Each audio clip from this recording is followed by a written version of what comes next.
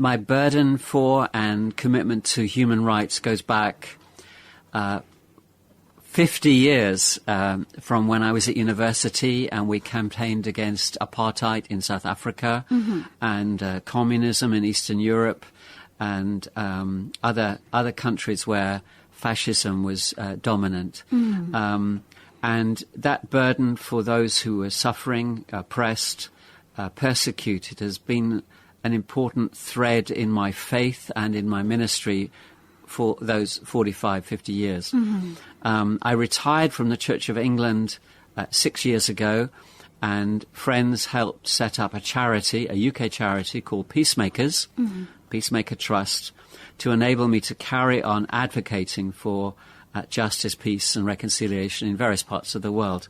But we particularly seek to be catalysts where minorities are persecuted, where justice is denied, where human rights are suppressed or reconciliation is needed.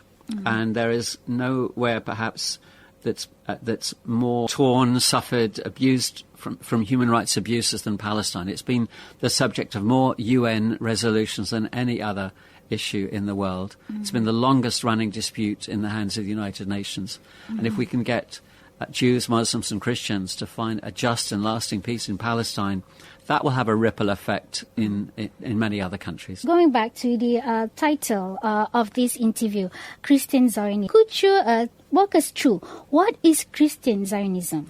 Well, Christian Zionism is simply Christian support for Zionism, the belief. Zionism was a secular movement. The belief that they wanted self-determination, the right to create their own state, their own free from persecution and pogrom. But Christian Zionism puts the religious dimension into the whole equation. And what's not well known is that Christian Zionism preceded Jewish Zionism by at least 50 years. 50 years. If the term Zionism was developed in the 1880s, you can't call it Christian Zionism before 1880, but you can call it Christian restorationism, restoring the Jews to Palestine. So the main advocates for Zionism were Christian leaders. And today, 9 out of 10 Zionists in the world are Christians. So it preceded Jewish Zionism and it dominates Zionism today. But we can date it quite clearly to 1799, when Napoleon became the first world ruler in 2,000 years to promise the Jews a homeland. He was not being altruistic. He was fighting the British, and he wanted the Jewish bankers and he wanted the Jewish community to support the French against the British. And he became, as I said, the first world ruler to try and assist the Jews to take Palestine as the bridge between Europe, Asia and Africa. It became a strategic location geopolitically. But Napoleon was unable to achieve that. Britain defeated France, and Britain became interested in the same geopolitical agenda of using the Jews within the British Empire to help defeat the Ottomans, to control the Middle East on Britain's behalf. That movement really began in the 1820s, 1830s.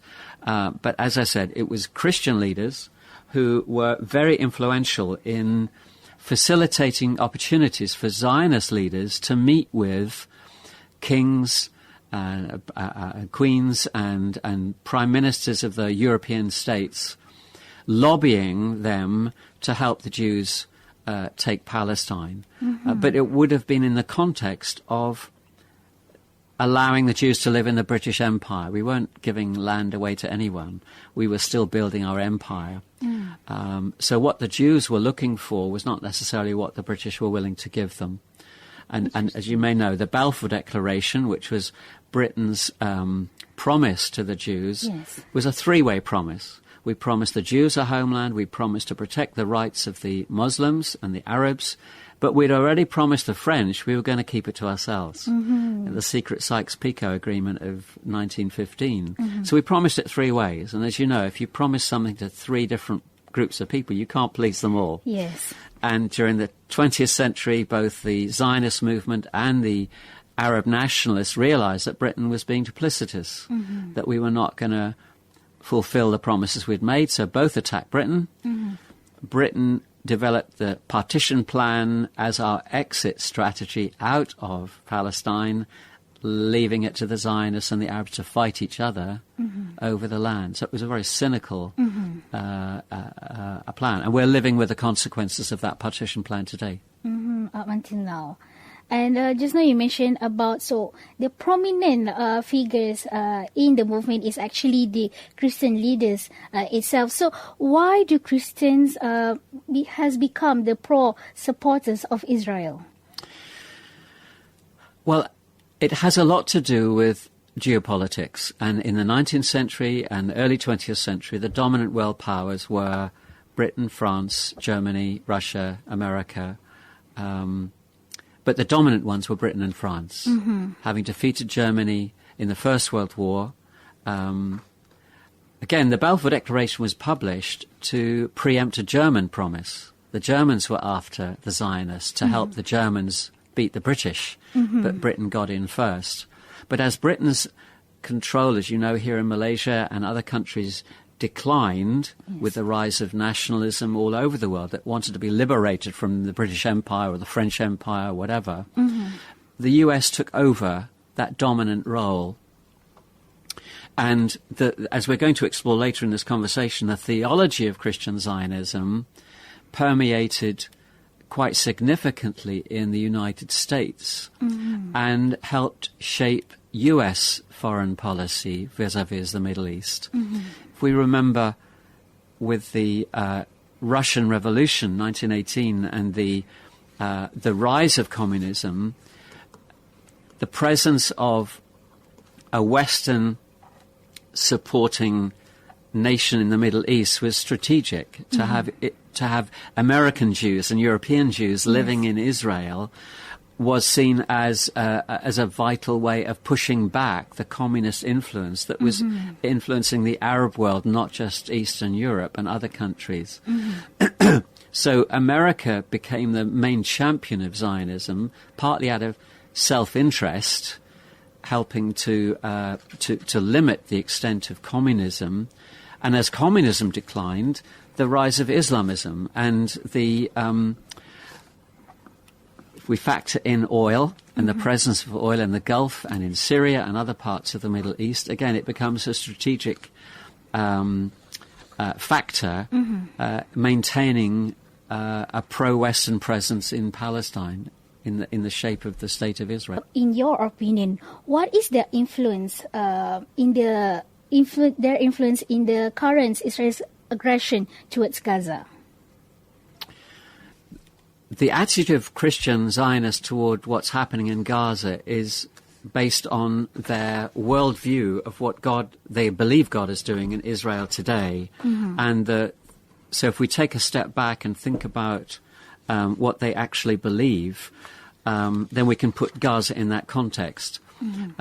Typically, Christian Zionists hold to 7 basic tenets of belief, and not necessarily all in the same extent, but they're all there. The fundamental one is it goes right back to the story of Abraham in the book of Genesis, where God made a promise to Abraham, I will make you your descendants as numerous as the stars in the sky and the sand on the seashore, and through your seed all nations on earth will be blessed. And promises like that have been manipulated to suggest that when God mentions seed, he means Israel, the seed meaning the children of Abraham. And so the core belief within Christian Zionism is that the Jews are God's chosen people, separate from everyone else, including Christian. Put them on a pedestal, that the Jews are God's chosen people, and then that moves on to the land.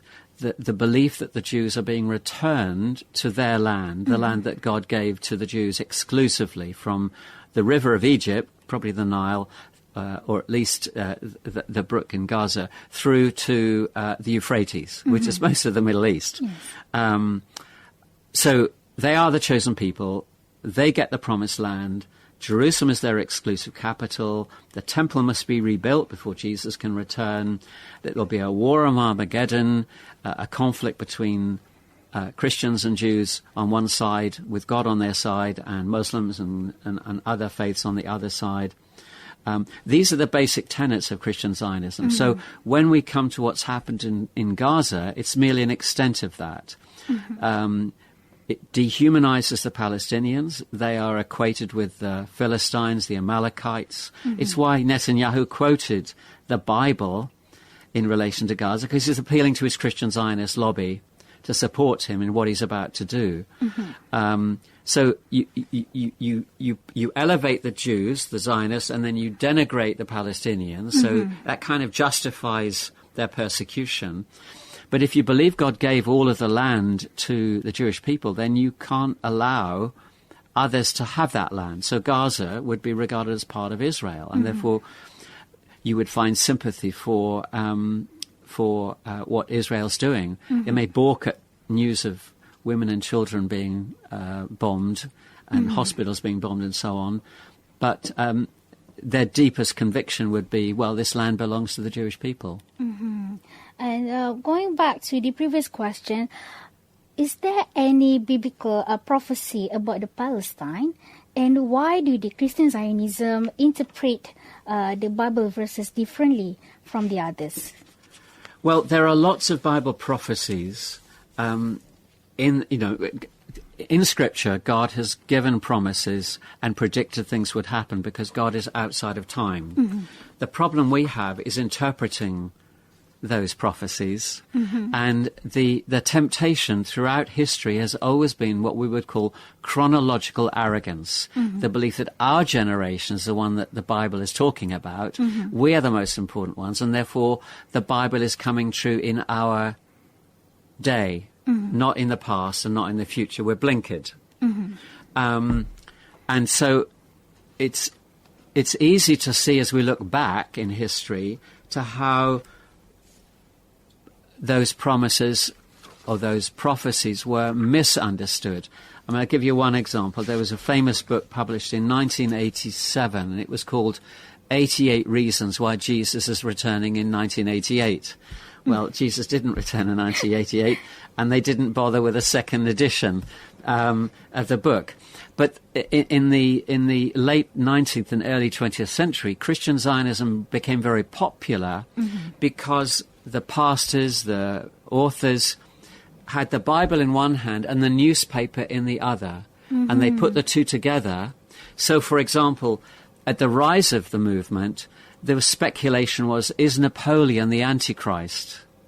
The demon figure, because he was opposing Christians. He was persecuting the church in France. And then when Napoleon wasn't the Antichrist, is it communism? Because, again, they're persecuting the church.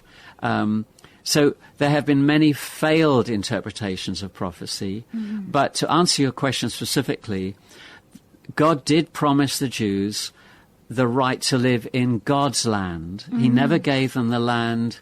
He never gave them the freehold. He gave them leasehold. Freehold is when you pay for a piece of land and it's yours, and then you build a house on it. Leasehold is where you don't own the land, you rent it, and you build a house and you pay rent to the person who owns the land.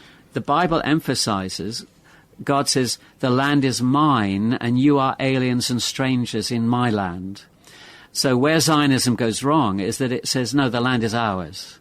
But God's word says, no, the land is mine. Abraham, Isaac, Jacob, Ishmael, they were all aliens and strangers because God had prepared something better for them and us, which is heaven. Earth is a temporary residence. Yes.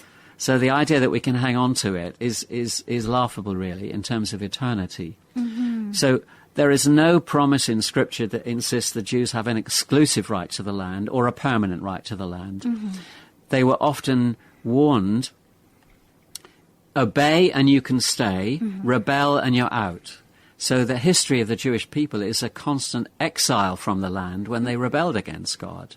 When they came back, they were told to share it, share the inheritance with the foreigners living among you. So the emphasis of the Hebrew scriptures particularly is that the land was to be shared by all people of faith. And going to the seventh question, we would like to touch a bit on the Christianity, the relationship between Christianity and also Judaism. So does Christian rely on Judaism, and do they have any relationship between? Yes, there is. The relationship is chronological. The foundation of the Christian faith is the Jewish faith. In the same way, to some extent, the Muslim faith historically draws upon the history of God's people, beginning with Genesis. The pivotal or key doctrine or truth within Christianity is the recognition of Jesus as the Messiah, as the one promised in the Hebrew Scriptures who would deliver God's people and would save us from evil and from the evil one. So we read the Hebrew Scriptures through the eyes of Jesus. And therefore you take a lump of cheese and use a cheese grater. It's still cheese, but it comes out differently. So the way that a Jewish rabbi would interpret the Hebrew Scriptures is not the same way a Christian theologian would, because we read it through the teachings of Jesus, through the Gospels and the interpretation in the epistles. So there is a continuity chronologically, but the emphasis is that we see Jesus in the Hebrew Scriptures. For example, when Abraham offered Isaac, the way that Jews understand it, we see the request to sacrifice Isaac as a picture of God sacrificing his son in Jesus. The book of Isaiah talks about the suffering servant. Again, we see that person as Jesus. The ransom sacrifice, the Passover lamb, the kinsman redeemer. These are all images that God put into the Hebrew Scriptures to show how he was going to rescue us from evil. And we believe he achieved that through Jesus. So there's a continuity rather than a discontinuity. Now, Zionists like to claim the promises of the Hebrew Scriptures and don't like the way that they're interpreted in the New Testament.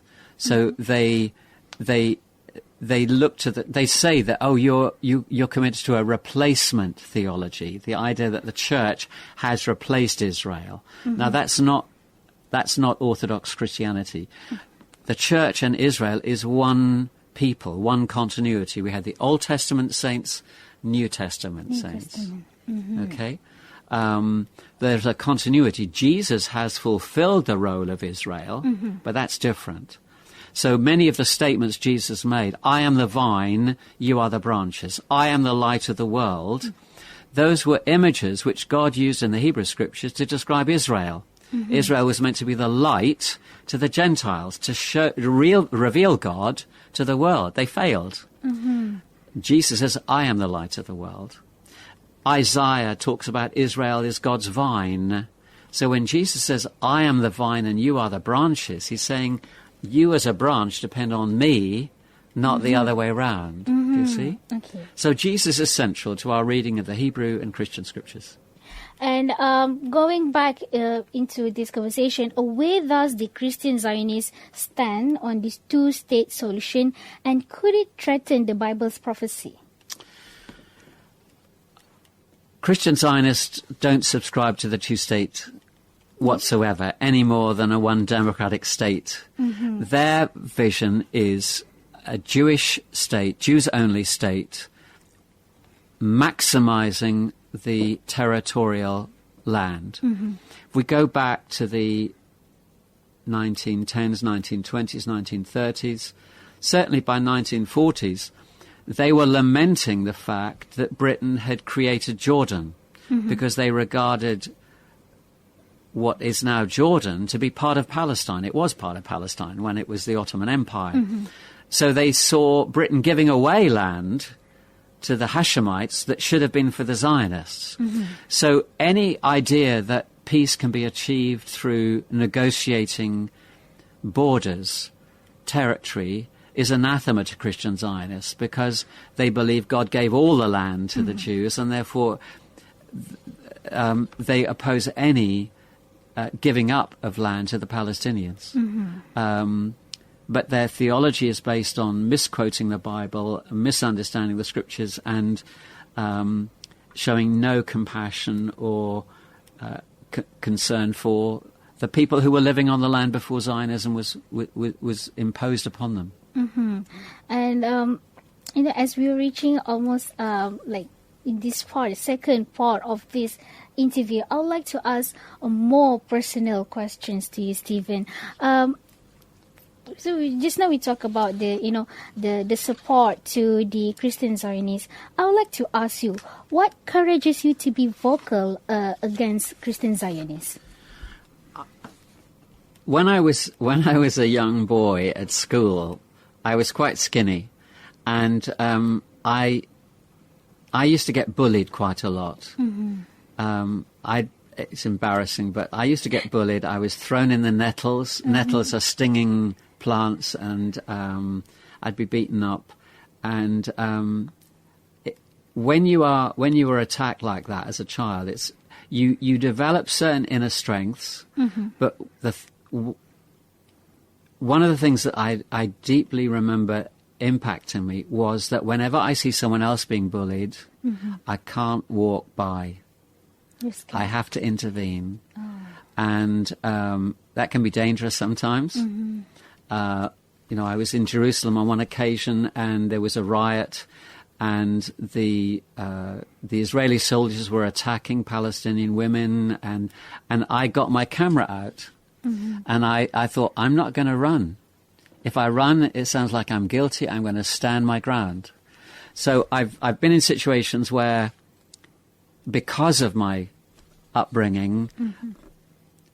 I've felt I've got to do something. When I began to follow Jesus, mm-hmm. and realized Jesus was persecuted, mm-hmm. and he promised that if you follow me, you will be persecuted, mm-hmm. for righteousness' sake. They will insult you. They might even kill you. Mm-hmm. And then when I realized my name's Stephen, he was the first Christian martyr in the book of Acts, I realized that we're one breath away from eternity. Mm-hmm. What matters is that we serve God. So my burden for Palestine goes back a long way. Mm-hmm. But I remember my first degree was in geography, and I love geography. I love the way God has created this beautiful world, the diversity. And when I became a Christian, I wanted to travel to Palestine and walk where Jesus walked. I wanted to visit the holy sites, because the land is the fifth gospel. Mm-hmm. Matthew, Mark, Luke, and John, the four gospels. But the land is like, it opens everything up. Mm-hmm. You can walk on the sea can't walk on the Sea of Galilee. You can go on a boat on the Sea of Galilee, or you can walk in the hills of Galilee, and those are the hills that Jesus saw. Mm-hmm. So I went out with a naive view that I'm going to deepen my faith by encountering the land. I realized it was a war zone. I met Zionists who were rude, who were carrying weapons, who were aggressive, bossed me about. And then I met Palestinians who were friendly. Mm-hmm. They weren't terrorists. They weren't trying to steal my money. I remember one occasion I got lost in Bethlehem, and I went up to a stranger and I said, "Can you tell me the way to Nativity Street?" He said, "Get in my car." And I thought, you don't do that in England. But he felt obligated to help a stranger, and that's the way you do it. Mm-hmm. They don't say it's the second left, third right. They take you. They feel an obligation. So I experienced the suffering of the Palestinians on their side of the wall, if you like. And then that motivated me to do more study into the origins of the conflict and how the Bible, and this is what made me really angry, was the way the Bible was exploited to justify racism, supremacism, Zionism, apartheid. And that made me more and more determined to speak out on it. I wrote a couple of books. It got me into a lot of hot water. I was persecuted, but persecution is a bit like exercise, going to the gym. If you want to have strong muscle, good muscles, how do you get good muscles? You exercise. Yes. What is exercise? Exercise is resistance. And I found that in the early days, I would debate Zionists. They don't debate me anymore because my arguments have improved. It's through testing that you refine and you gain strength and confidence. And so that's why I'm passionate for Palestine. It's the birth of the church, it's the mother church, and it's close to extinction.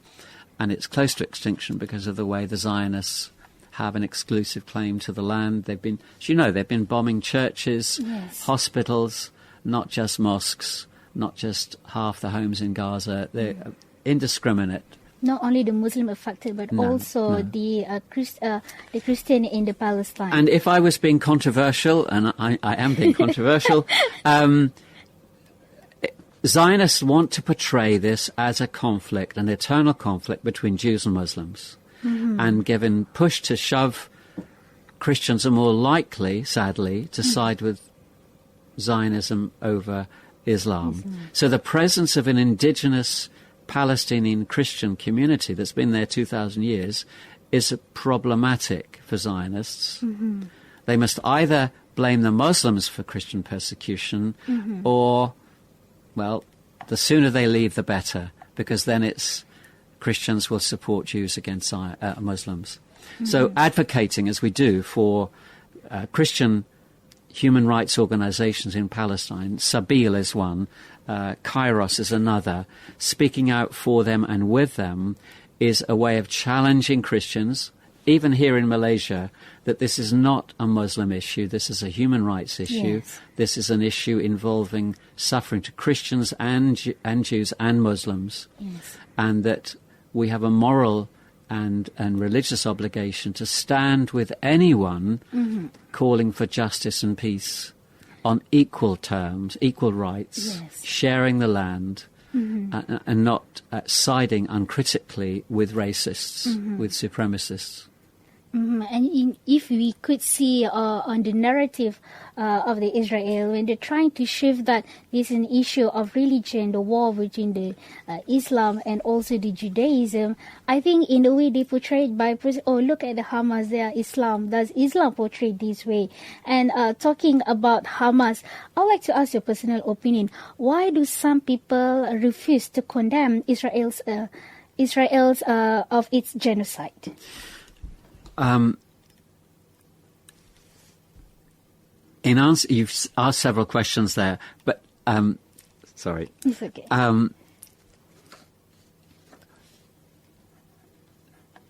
The way that Zionists portray this as a conflict between Islam and Judaism is a smokescreen. It's a cover for settler colonialism. They're using religion as an excuse to steal land. It's basically theft. They're stealing land. They're using violence to threaten and to force people off their land, and they're using religion. That's blasphemy in my book. Now, in terms of why Christians particularly won't condemn what Israel's doing in Gaza, sadly, the church, particularly in the West, is still saddled with guilt and fear. They are terrible burdens to have on one's shoulders. Guilt for the past, fear of the future. You know, Jesus said, don't worry about tomorrow. God provides for the birds, to the grass which flourishes in the morning and is gone by the evening. How much more does he care for you? So trust him today and not worry about tomorrow. But Christians in Europe particularly have guilt for the Holocaust, for the way Jews were treated in Christian countries. In Britain, for centuries, they were persecuted. And Zionists have exploited that. They constantly refer to the Holocaust. There are Holocaust museums all over the world. Yes. And I'm not in any way saying we should minimize the terrible things that happened during the Holocaust. But there comes a point where we have to say we must not allow the things that led to the Holocaust, i.e. genocide and ethnic cleansing and discrimination, wherever we see those steps to genocide, steps to the Shoah, the Holocaust, we must root it out before it's too late, before another racial group is wiped off the face of the earth. So guilt for the Holocaust. Second is fear of anti-Semitism. You know, I can remember when it was clear that anti-Semitism meant prejudice or hatred for Jews because they are Jews. Islamophobia is clearer. Prejudice, hatred, hostility to Muslims because they're Muslims. Both are racism, both are wrong, both should be condemned. But what Zionists have done in the last 10, 20 years is diluted the definition of anti-Semitism to include criticism of Israel. If you criticize Israel, you are anti-Semitic because Israel is Jewish and therefore you're criticizing Jews. Yes. You see the sleight of hand. We've moved from one thing to another, and before you know it, you're suppressing free speech because I can't criticize Israel because I'll be accused of being anti-Semitic. The first time you're accused of being anti-Semitic, it's terrible. It's like you feel it's on your forehead, it's been tattooed, everyone, you know, you're a racist. But when you know it's not true, when many of your strongest supporters are Jews, when you live with them and work with them in solidarity for Palestinian human rights, you know, I constantly say to my Jewish friends, look, is there anything I've ever said that you would be uncomfortable with, that you think is anti-Semitic? Tell me, because I want to repudiate it. And they say, no, keep going, keep going. So those are the two things. I think Christians are afraid of being accused of anti-Semitism or fear for the Holocaust. We wrote to 110 Anglican bishops in the last few weeks and asked them whether they regard Israel as an apartheid state, because the Anglican Church in South Africa has declared Israel to be an apartheid state. Human Rights Watch, Bethlehem, Amnesty International have all declared Israel to be an apartheid state. And we simply asked 110 bishops in a personal letter, do you agree? Yes or no? And if not, why? We had 9 responses, even after a reminder. 2 were positive, 7 were negative, and 100 didn't even bother to reply. They're fearful of putting their heads up and saying, this is apartheid, this is racism, it's prejudice, and it's wrong, which is deeply, deeply regrettable that church leaders who do know, should know, and should be willing to give a lead. But it reflects where Britain and Europe are. Many of our political leaders are in the same boat. They're proud to call themselves Zionists. They will not criticize Israel. They condemn Hamas, but they seem to lose their voice when it comes to speaking out about what Israel's doing in Gaza. They talk about calling for a ceasefire, but they're not calling about restitution and punishment of war criminals. You know, it's hypocritical. We need to go beyond the calling for a ceasefire to look at why are the people in Gaza in the first place. They're refugees. Why are they refugees? Where are they from? Who caused it? And who's causing it now?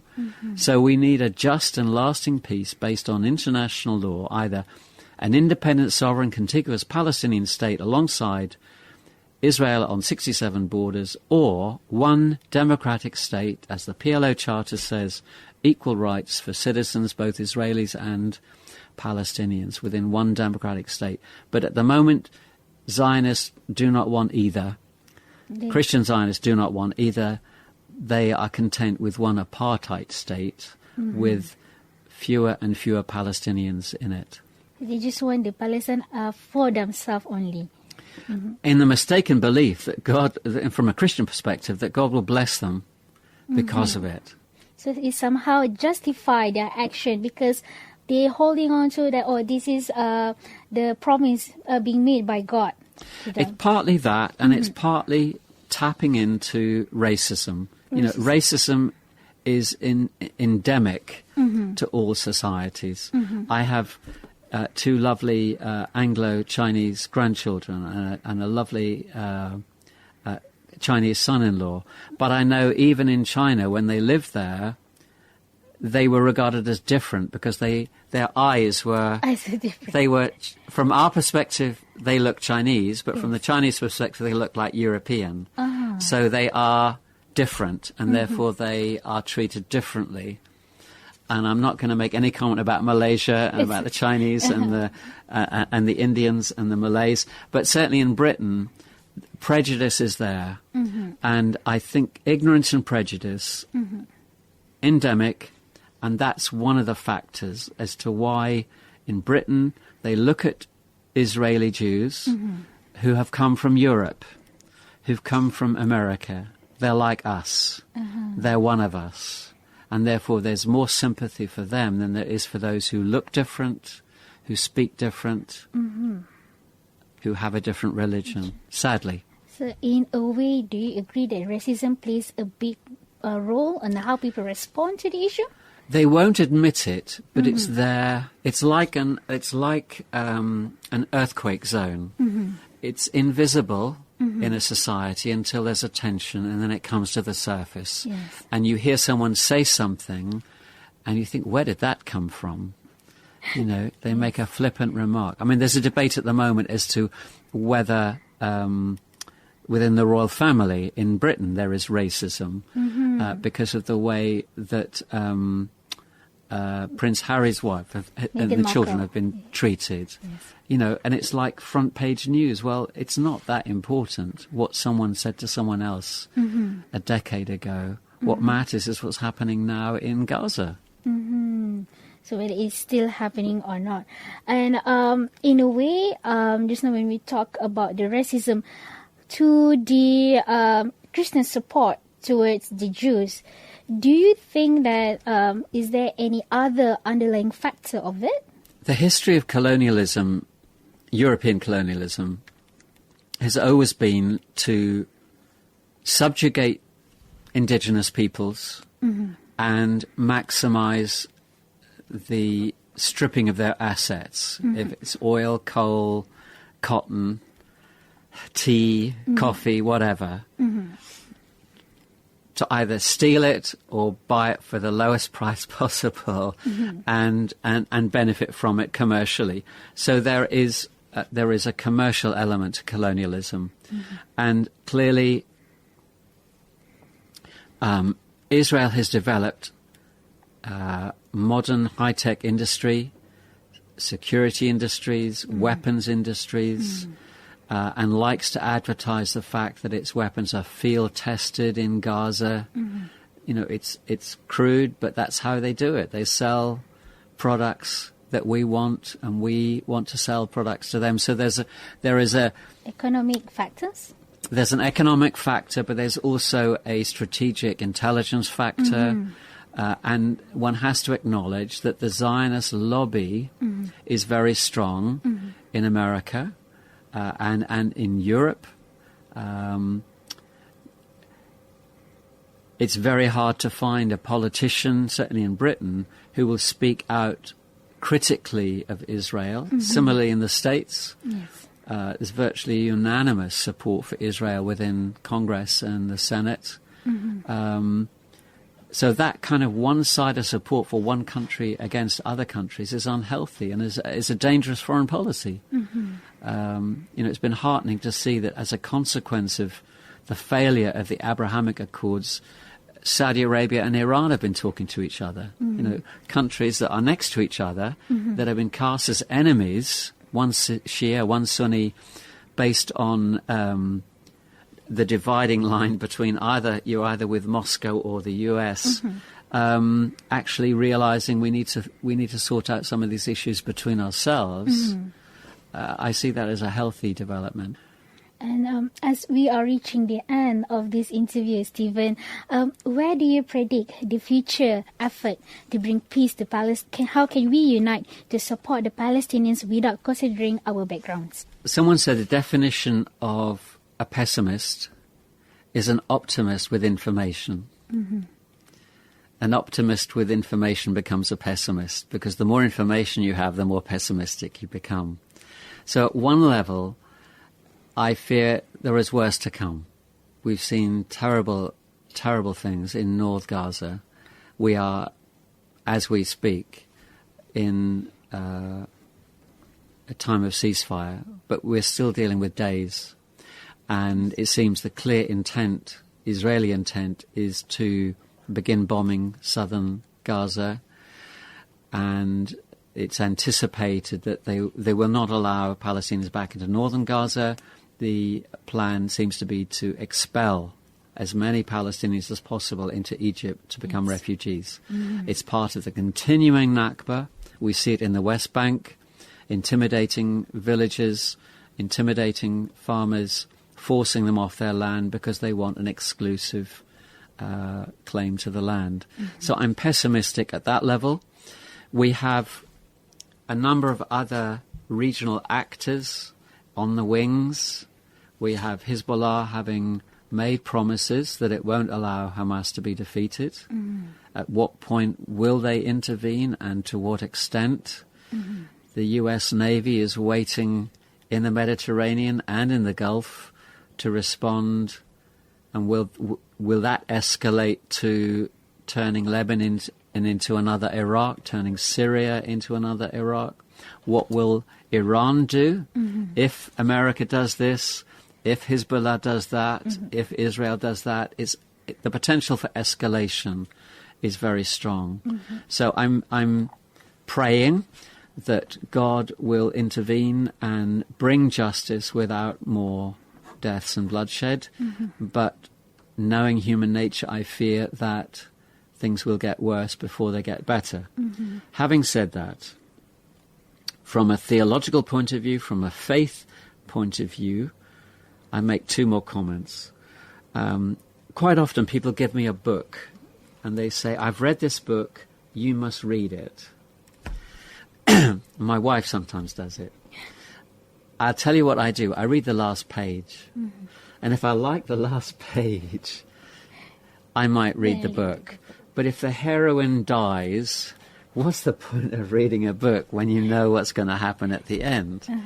Well, the last page of the book of Revelation, which is the end of the Christian scriptures, talks about the heavenly Jerusalem coming down out of heaven, the new Jerusalem, where the gates are open 24 hours. There are no gates locked. And it talks about the tree of life back in the Garden of Eden, bearing fruit every month. 12 harvests, not one, not two a year, but 12. So continual supply of food.